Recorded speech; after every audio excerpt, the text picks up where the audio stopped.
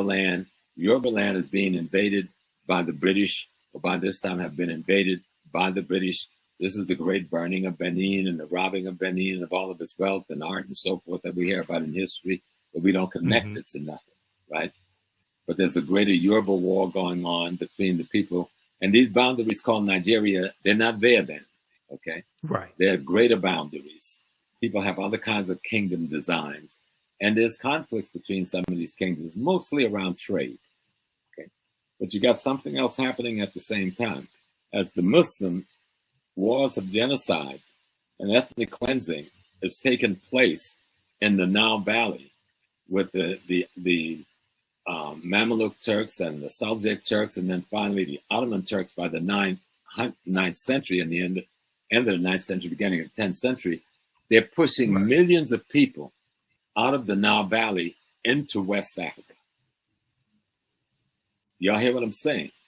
They're pushing millions of people out of the Nile Valley into West Africa, in through Chad, in through Cameroon, into Nigeria, down into Ghana. This population, through what is called Burkina Faso, this is the population of the people. Everybody always asks, what happened to the Egyptian? Well, we're talking to each other here right now, okay?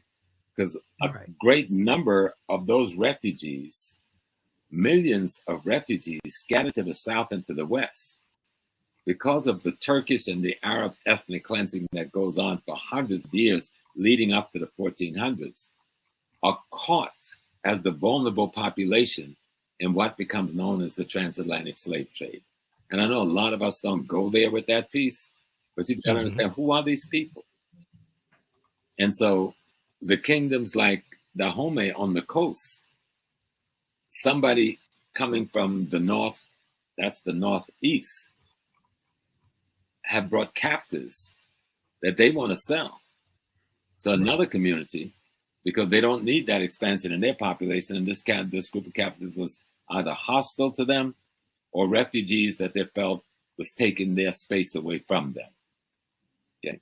And that population, most time, that refugee population was at least able to defend itself, end up being caught in the trade. And it wasn't a trade at all. It was a war of genocide against African people. There was no transatlantic slave trade. Nobody was trading anything. People were being captured. People were being murdered. People were being raped. Villages were being burned to the ground. Okay? People were being slaughtered to get enough so you can make $200-300 in that day's money, which would be a couple of $1,000s in this day's money, or for one human being to do labor in the Western Hemisphere, where he was worked to death in 10 to 15 years and would be replaced with someone else, a process that went on for 400 years plus. And we're now very happy to be joined by our next guest, Dexter Caffey, the founder of Smart Eye app, who recently learned of an eye-opening discovery of his own ancient past, all thanks to a DNA test. He is joining us now by Zoom from Atlanta. Hello, Dexter. Hello, Emily. How are you? It's so good to see you. Last time was here in Israel. We got to get you back here, but we'll have to settle for Zoom now. You have such an interesting history. Please explain what made you do a DNA test, and then what happened when you found out all of a sudden that you're related to Ramses III. That's a great question, Emily. Well, about a year and a half ago, I traveled to places like Israel, France, and different places like that. And so what happened was people would always ask a normal question, where are you from? And I would say the States, United States. And the people I saw in France would say, no, where are you really from? And I said, the States. That's all I know. And so that question stuck with me for a long time. And I just said, where am I actually from? I mean, I know I'm American, but where my DNA is from. And so I said, well, let me take my DNA test. It was a 23andMe DNA test. And I took the test, and I was shocked when I saw the results. It came back, and it showed that I was actually a direct descendant of the Pharaoh Ramses III. And I knew nothing of the pharaohs.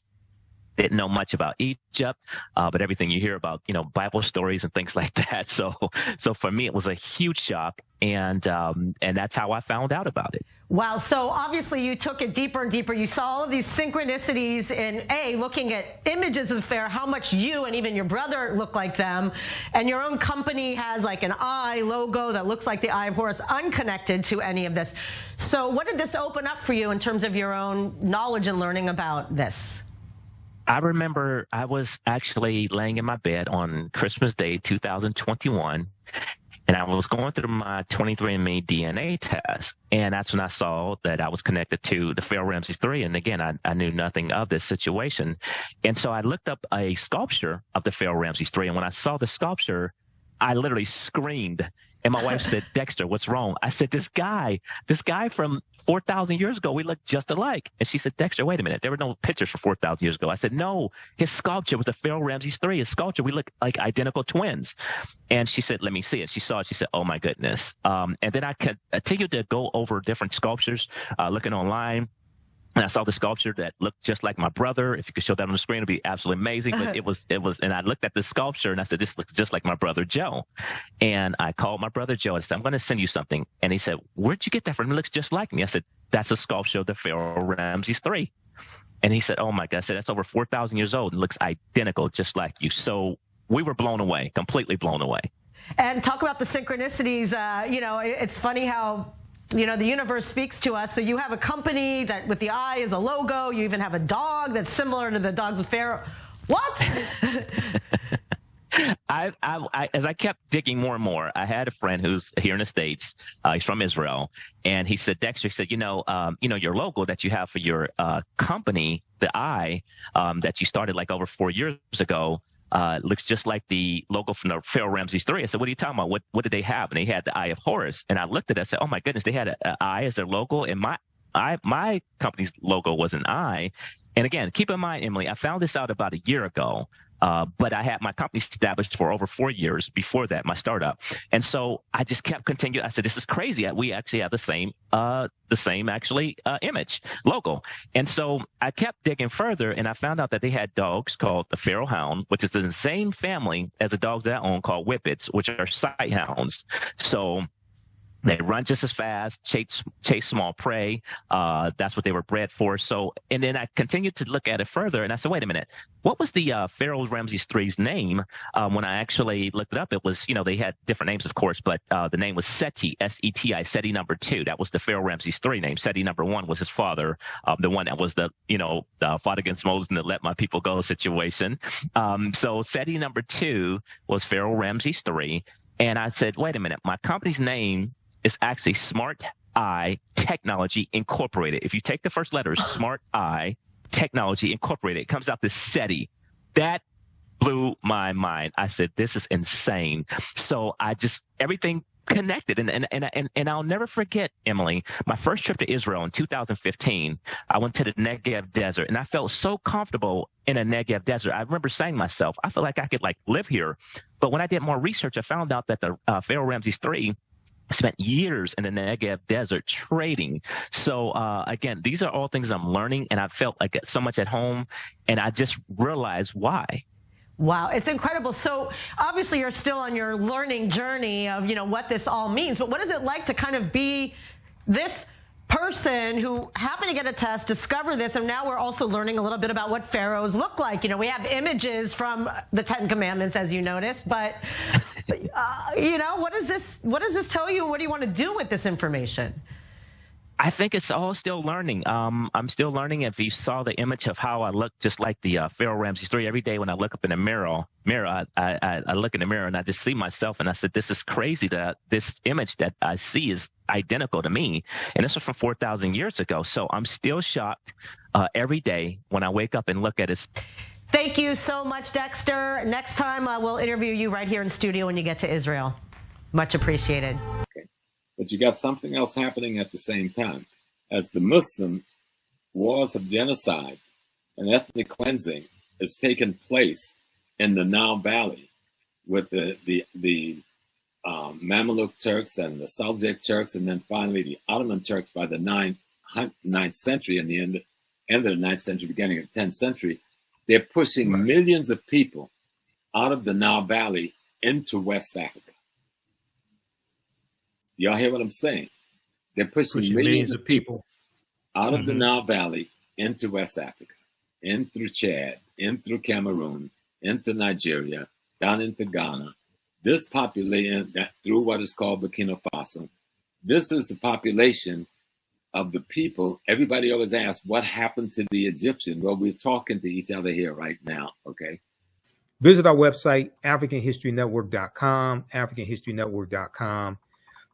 You can register for this 12-week online history course that I teach. It starts up Saturday, November 9th, 2024, 4 p.m. Eastern Standard Time. We do the sessions live. All the sessions are archived and recorded. You can go back and watch it anytime. Click right here to register here for it. You can download the class lesson plan as well. We do with thousands of years of history, what leads up to the transatlantic slave trade taking place. So we have 200 slides, 80 to 100 articles that we reference, video clips, excerpts of interviews I've done with many of our scholars as well. So you're going to learn a lot. The content is PG-13. You can use this with your children also. And you can support the African History Network, $, the AHN Show through Cash App, through PayPal, paypal.me/the AHN Show. This helps us keep doing the research, stay on the air, keep broadcasting, pay some of the bills, etc. Here's our Cash App account, $, the AHN Show, SHOW. These are some fake African History Network Cash App accounts I'm trying to shut down. Click right here on our QR code, and this helps us do the research. And then you can click here on PayPal, our PayPal link also, paypal.me/the AHN Show. All right, so that's going to do it for us. Hopefully you learned a lot. Register for this class right now. There's bonus content that you can start watching right now. You can email me through the website with any questions as well, AfricanHistoryNetwork.com. Remember, right